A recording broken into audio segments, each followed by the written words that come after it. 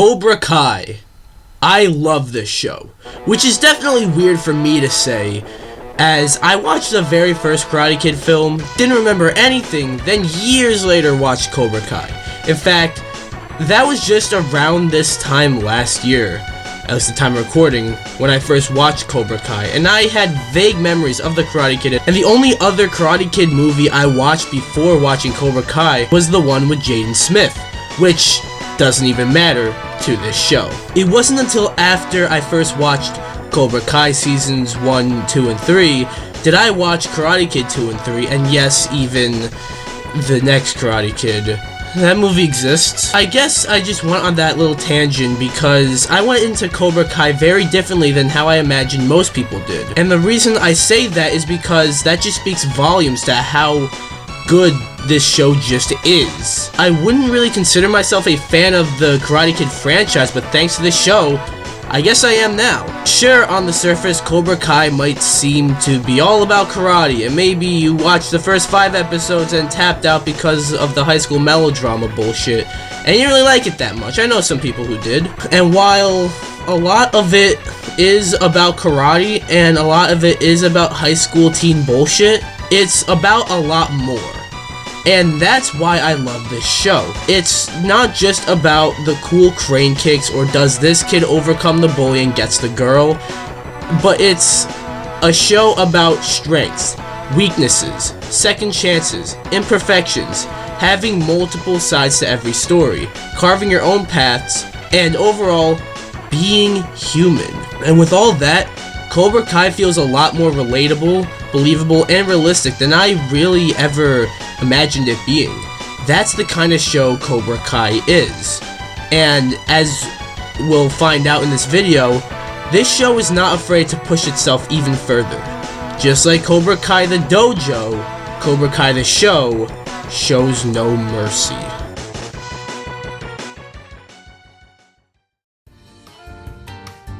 And before we begin, I just want to say that this is a show I've been wanting to talk about in detail ever since I first saw it. So in this video, I'll be touching on certain characters, episodes, fights, moments, and even messages I've noticed throughout the show, and we'll talk about them in detail. I won't be talking about every character, every fight, or every episode, just the ones I feel like talking about. Before we get into it though, if you are new here, please show no mercy on that subscribe button, crane kick that notification bell, and while you're at it, use the way of the fist on that like button, or the dislike button, but it's not like that matters cause YouTube. I usually make content about video games, and I still will be, but if you like this video, who knows? Anyways, I'm done yapping around. Let's get into this.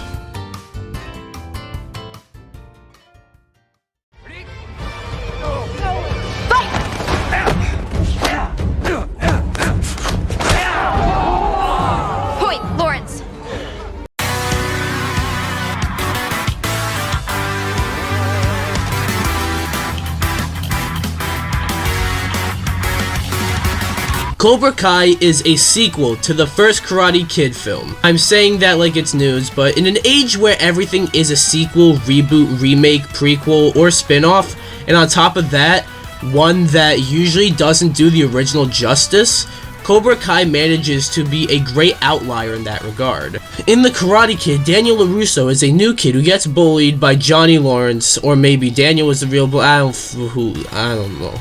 However, Cobra Kai is the sequel that flips the script. You follow the bully, and we see how Johnny wasn't really a bully, but rather just under bad influence. We learned in Season 4 how all the possible father figures he had, he wanted to be nothing like. His actual father left him, his stepdad was a piece of shit, and Kreese treated him like a son, but once he started to show his true colors and Johnny started to notice, he wanted to be nothing like him. While that is interesting, it's nothing groundbreaking. However, where it becomes incredibly unique and fascinating is when you take Daniel LaRusso, that bullied sympathetic new kid hero from the first Karate Kid, and make him the antagonist. Now, I'm not saying Daniel is the villain, or even the real bully. I'll be talking about the real villain later on, but you see, the term protagonist doesn't mean what you probably think it means. You probably think protagonist means good guy or hero,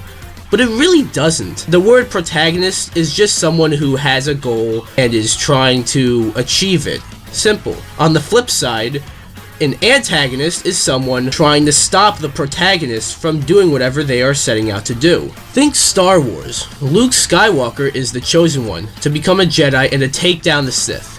That makes him the protagonist. However, Darth Vader, and really more so Palpatine, are the antagonists because they are trying to stop him. The protagonist doesn't even always have to be the hero. Think Avengers Infinity War. Thanos is trying to collect all the Infinity Stones and, to him, restore balance to the universe. He is really the protagonist. Meanwhile, the other Avengers are trying to stop him, actually making the Avengers the antagonists. Now let's bring it back to Cobra Kai. Johnny is trying to get his life back on track because he finds something he can do. Open up a karate dojo. Yet Daniel here is trying to stop him. Johnny is the protagonist, Daniel is the antagonist. I think this is further proved by the dojo wars in Season 2. Sure, Kreese might have encouraged most of Cobra Kai's behavior, but Daniel reopened Miyagi-Do just to spit in Johnny's face. And hey, this isn't an attack on the character of Daniel LaRusso. This isn't Daniel is the real bully part 2. I'm just stating facts. That Daniel, the protagonist of the original Karate Kid film, is the antagonist of Cobra Kai, really seasons 1 and 2, not so much 3 and 4. And that makes sense because had they drawn it out in seasons 3 and 4, it probably would have gotten stale. But in seasons 1 and 2, it is very fascinating. It is a very interesting twist on the two characters. The fact of the matter is, Josh Hild, John Hurwitz, and Hayden Schlossberg knew how to follow up the Karate Kid for the modern age without basically copying it with just a role reversal, which they could have very easily have done and called it a day. They knew how to keep things interesting for the already established characters and how to establish compelling, likable, and interesting new ones. And I think there is a lot to say about one of those new ones. I've been saying that the writers flipped the script on the rivalry between Daniel and Johnny. Let's look at someone else who flipped the script. Eli, what happened? I'm flipping the script. Wait, you the kid with the lip?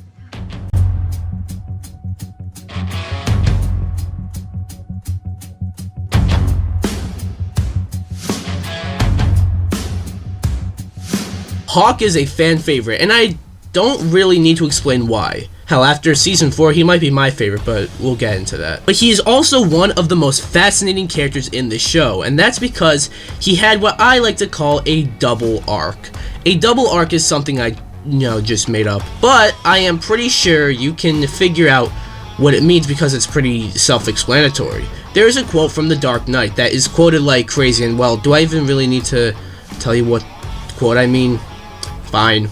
You either die a hero, or you live long enough to see yourself become the villain. Hawk is kind of like this, until he wasn't. You see, we see his transformation from Eli, to Blue Hawk, to Red Hawk, to Purple Hawk, to Eli again. I'm not going to give you a rundown because if you are watching this, you watch the show. And if you watch the show, you know the rundown. And it's also been done to death. I wasn't even going to talk about Hawk for that reason, but season 4 happened. The first half of Hawk's arc is kind of simple. Kid who gets bullied, gains confidence, and becomes a bully himself. Then realizes what he's become, and then comes back. That's what his arc was by the end of season 3.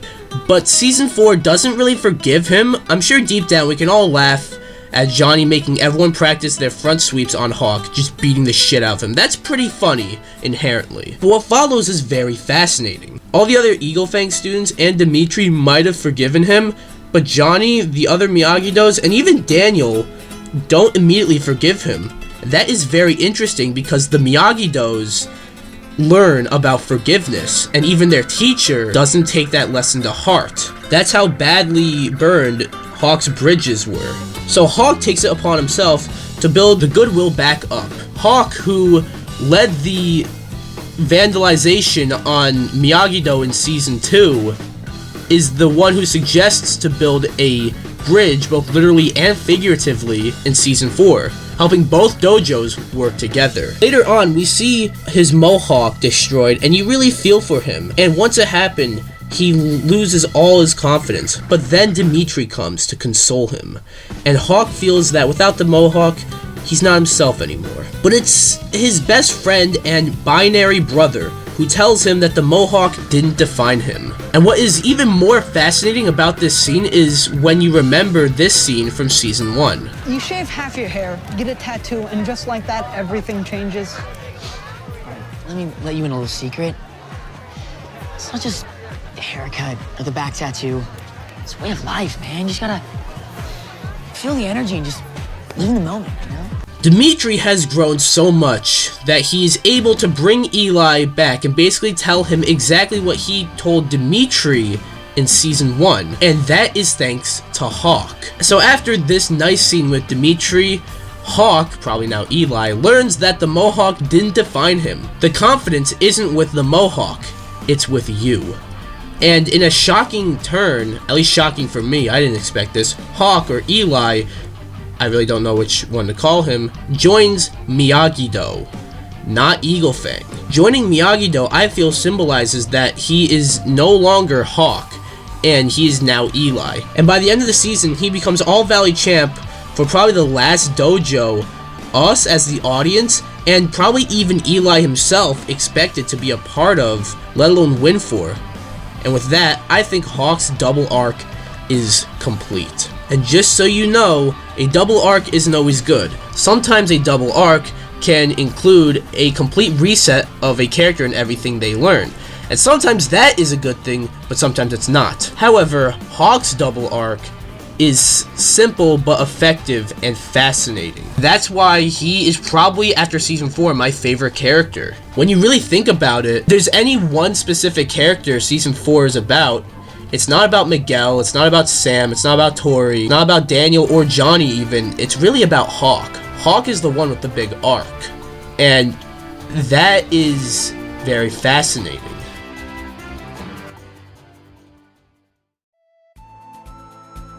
Alright, we talked about some characters and their arcs, but why not talk about episodes?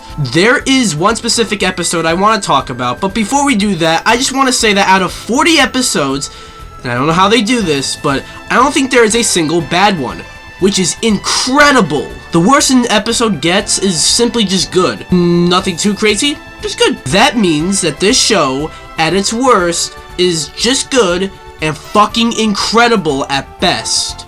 And another incredible thing about this show is this. I think Season 2 is the weakest of all the seasons. Not bad by any means, it's still a great season of television, but one of them had to be the worst one.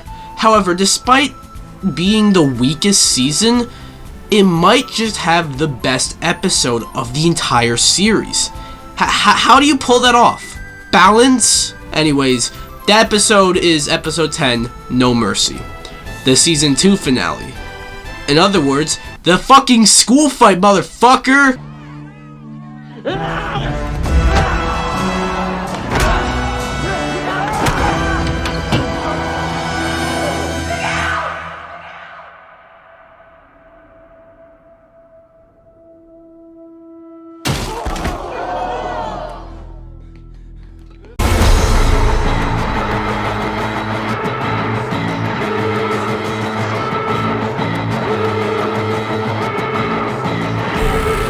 And that's the episode I want to talk about. The episode starts with, okay, we're not going to go over the entire episode. Not that it's bad at all. Hell, it's kind of even crucial because it seems that everyone, for the most part, are all cool with each other. But then, Tori decides to assault the person on the loudspeaker and tells Sam that she's going to come for her. Bitch. And all hell breaks loose. When I was watching this fight happen, I couldn't believe my eyes. This was unbelievable. This was also the same show that its previous season concluded with a karate tournament. It was hella entertaining, but when it comes to stakes and impact and potential consequences, An all-out karate brawl at a high school pulls a karate tournament out of the water. What is there to not love about this fight? The choreography, the cinematography.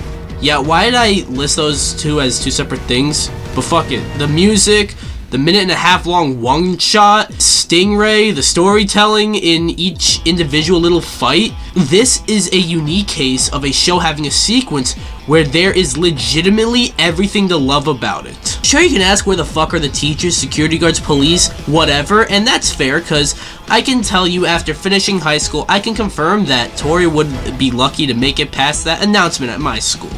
But fuck it, I get goosebumps every time I watch this fight.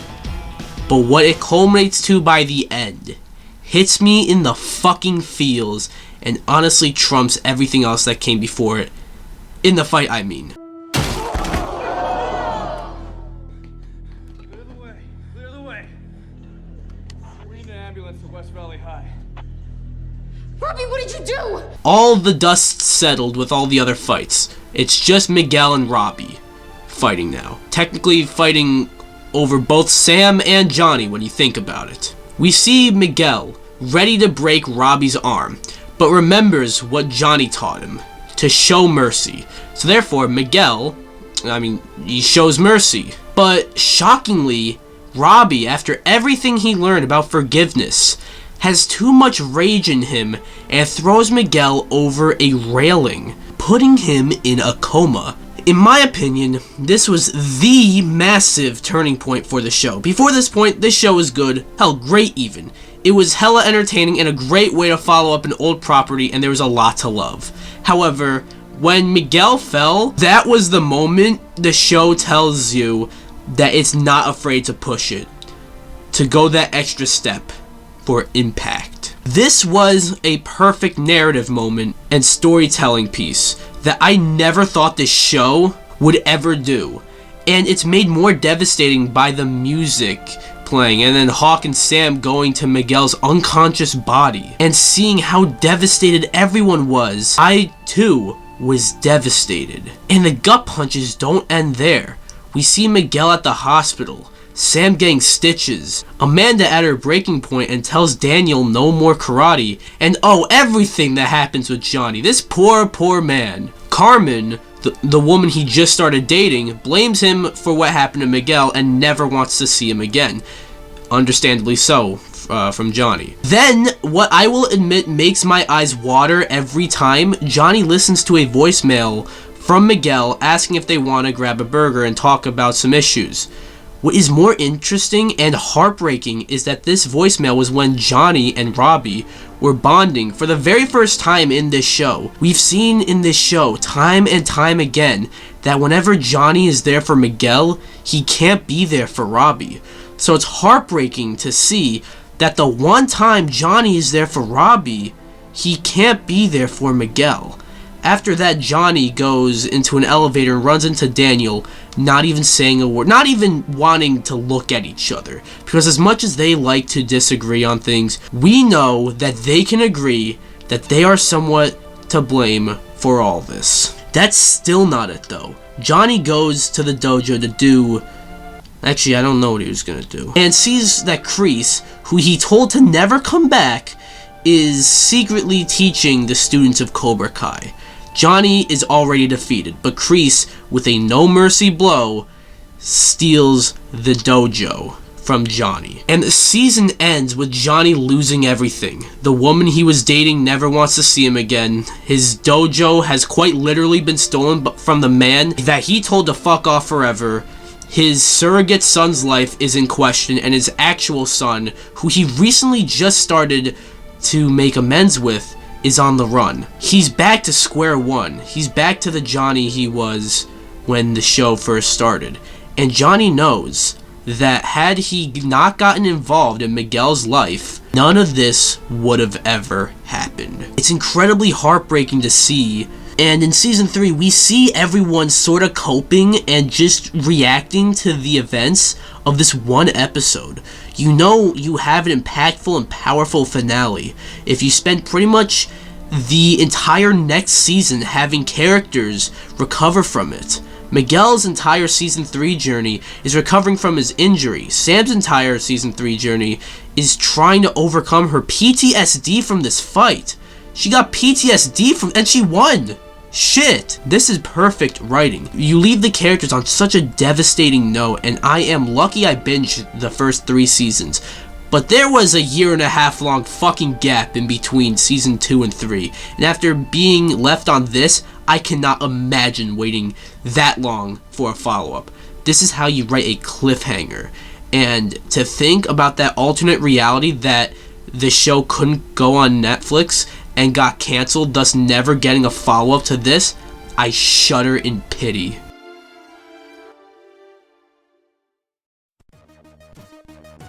Okay, with that all done now, let's talk about the message. What is the message of Cobra Kai? Well, I feel each season has a specific message. Season 1, I feel, has a message about becoming a badass, or who you are meant to be in less Cobra Kai terms, if you know what I mean. Season 2 has a message about disagreements and misunderstandings, and also second chances, even if you shouldn't give second chances to some people. Season 3 has a message about there being not 2, but 3 sides to every story. And Season 4 seems to have a message about carving your own path and your way not being the only right way. I think all these are really good messages and serve the story very well. But that's not the main message I noticed. The message I noticed is somewhat hidden. I say somewhat because I feel a lot of people can maybe pick up on this, but I say hidden because it's not something that the show outright tells you, but the message of Cobra Kai is that nobody is perfect. If you are not convinced, take a second.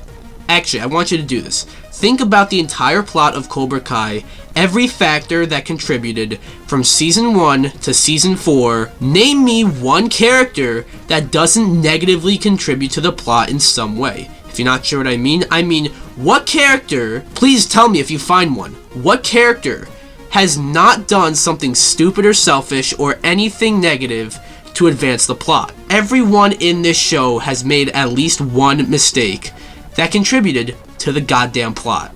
And if you still disagree, pause the video and think about the entire plot of the show, and if you can tell me a character that has done nothing wrong in the entire show, let me know in the comments, and you'll be wrong. And I think this is further solidified with the teens and the drama that goes on with them. And that is where I feel the character who solidifies this message the most and the best is the character who solidifies the message of nobody is perfect the most is not Miguel, it's not Robbie, Tori, Hawk, Dimitri, Kenny, and it's not any of the adults. It's not Daniel or Johnny, where the show is kind of built around their imperfections. It's one Samantha LaRusso.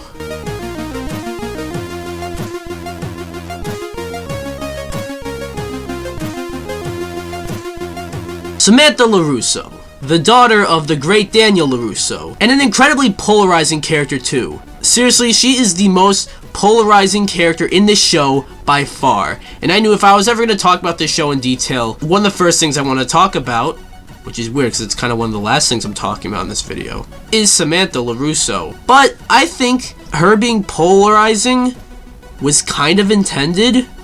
There are countless videos about how bad of a person Sam is, and I don't quite agree with certain points that are made. However, again, I think this was done on purpose because Sam, more so than anyone else, exemplifies the message that nobody is perfect. And the reason it's Sam is because, well, she's just a high school teenager. As someone who just graduated high school not too long ago, I can actually relate to her along with most of the other teenagers in this show, because as stupid as a lot of the decisions they make are, I understand why they make those decisions, because they don't really know any better.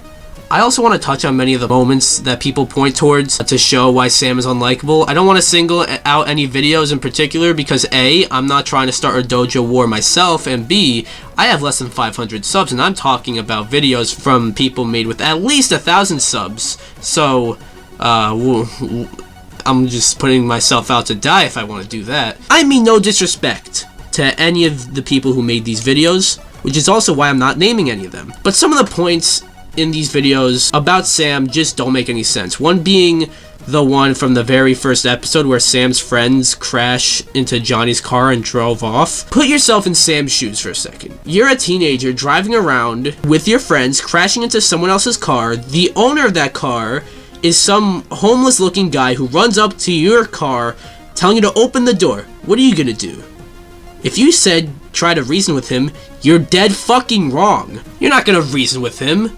Who knows, maybe he has a knife on him. Of course, us as the audience, we know he doesn't. But Sam doesn't know that, and after seeing this, I think she has a good reason to believe he does. Another thing people point towards Sam being an unlikable person is when she confronted Kyler after he actually tried groping her and spread rumors reversing the roles. I think Sam is completely justified in standing up to Kyler after that for the simple fact that she actually just got fucking groped. One other example I'd like to refute is the beginning of the school fight. People say Sam could have de-escalated here, and while there were many instances where she could have done that, this isn't quite one of them. As someone who has been in a similar position as this before, obviously not ending like, that. At school, when someone wants to square up with you and a bunch of people surround you, you're kind of trapped. It's kind of hard to accurately explain it, but look, sure, the morally right thing to do is probably walk away, but in a situation like this, even if you try to walk away, good luck. Okay, I'm going off a bit. This isn't a response video. I just watched those videos, and those examples are straight up bad examples, and they really bothered me. But she's not completely perfect either, and that's what's so fascinating. I feel a lot of her rivalry with Tori could have been at least partially avoided had Sam just tried to de-escalate in certain scenarios. Sam is the most polarizing character because she is not perfect. Maybe it's specifically her that's so polarizing because her mistakes throughout the series might seem to be the most egregious of everyone else's mistakes. Like, she's involved in the love triangle. It's almost like a love square in a way, but she's involved in that, and a lot of the turmoil that goes on with that is partially like her fault. She was fake to Aisha in season 1. She instigated a lot with Tori.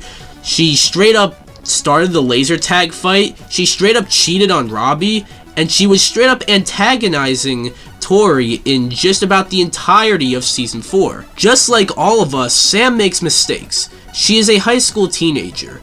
We were all high school teenagers. And let's be real, when we were pretty fucking dumb.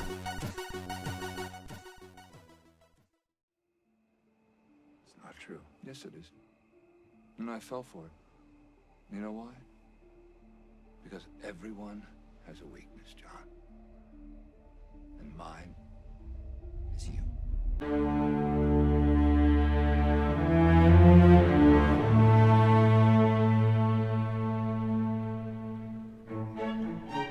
Who is the real villain?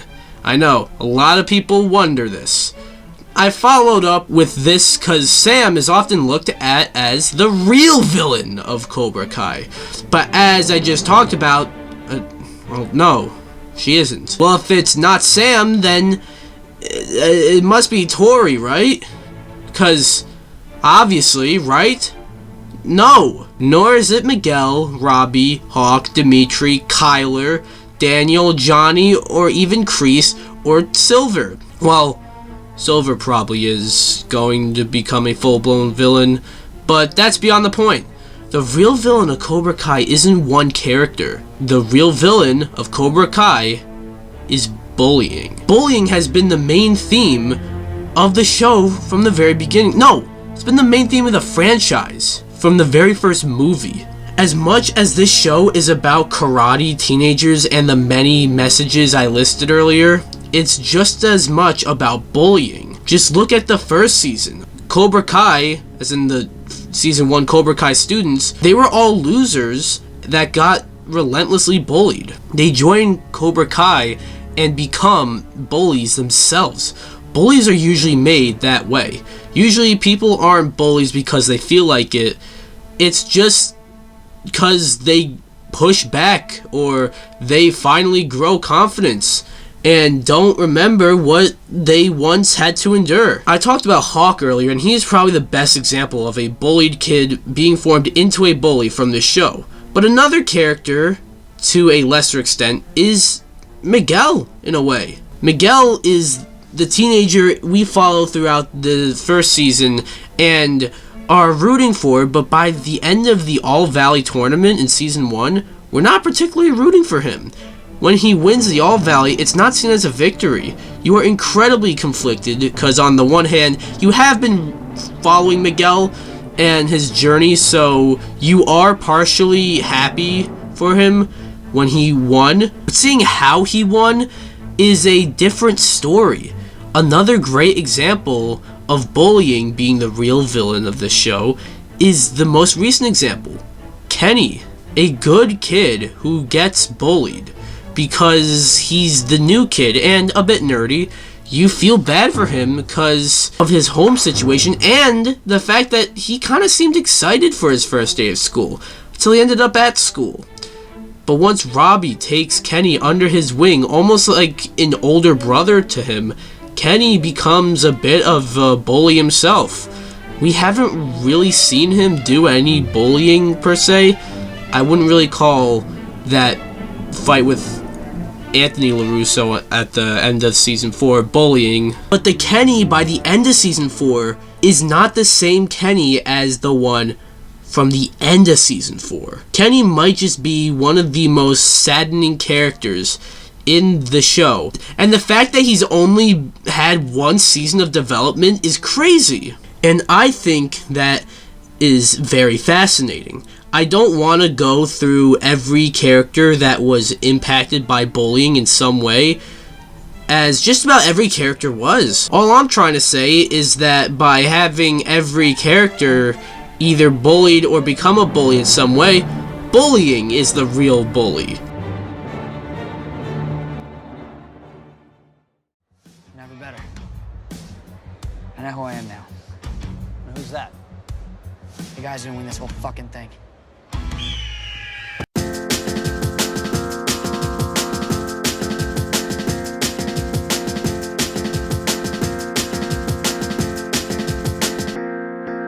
So in the end, Cobra Kai isn't premium television. There are a lot more prestigious shows out there right now with a higher budget and bigger audience. However, you think I give a shit?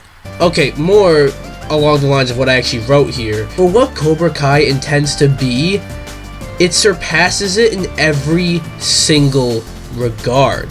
It is a great way to follow up an old nostalgic franchise. John, Josh, and Hayden are absolute geniuses for what they've created. Taking the older characters, replacing them in a different role, and even switching the perspective, and adding likable and compelling new characters, and even some polarizing ones. Cobra Kai is not just a show about punches and kicks and high school melodrama, but it's really a show about two other major things: bullying and being human. There were many things I could have talked about in this video, like Robbie or Tori, who were two characters I want to talk about, and honestly, I think I can talk about just about every character in this show at length. I just, kept it to a minimum, But that's what Cobra Kai does exceptionally well. Balance. That is the main reason everything works. Balance. That's kind of the theme of the show in a way. And, of course, the show actually commits to its own theme. But for a show with this much going on, it balances it all perfectly. Therefore, everything in this show feels satisfying, emotional, weighty, funny, you name it. This is a show that everyone can enjoy, regardless of what age you are, or if you are a fan of the Karate Kid or not. Cobra Kai feels like the kind of show I should be sick of by now, but I'm not sick of it. And for all the reasons I've talked about in this video, I don't think I ever will be.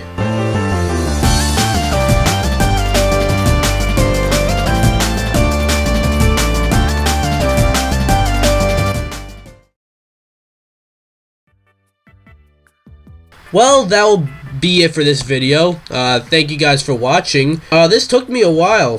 It took me about the entire month of January to make this, and I actually started working on this a little before that. I was gonna start working on it back in like December, but then I realized, stupid, season 4 hasn't dropped yet, idiot. So yeah, I decided to wait for season 4, and yeah, this isn't the type of content I like to make usually on this channel. Whether, like, regardless of whether it's Cobra Kai content or video essays, I don't usually make either of those, if you know what I mean. I usually talk about video games, and I usually do reviews or top 10s or comedic videos, if you know what I mean. But if you enjoyed this, be sure to subscribe, because it lets me know, and like the video as well, it lets me know that you stayed to the end. Yeah, and also, those of you who are already subscribed, don't ask me why I haven't uploaded in 2 weeks. That some things just shouldn't be answered, alright? Anyways, yeah, I'll see you guys next time, and I will have more content coming out very, very soon. Bye, guys.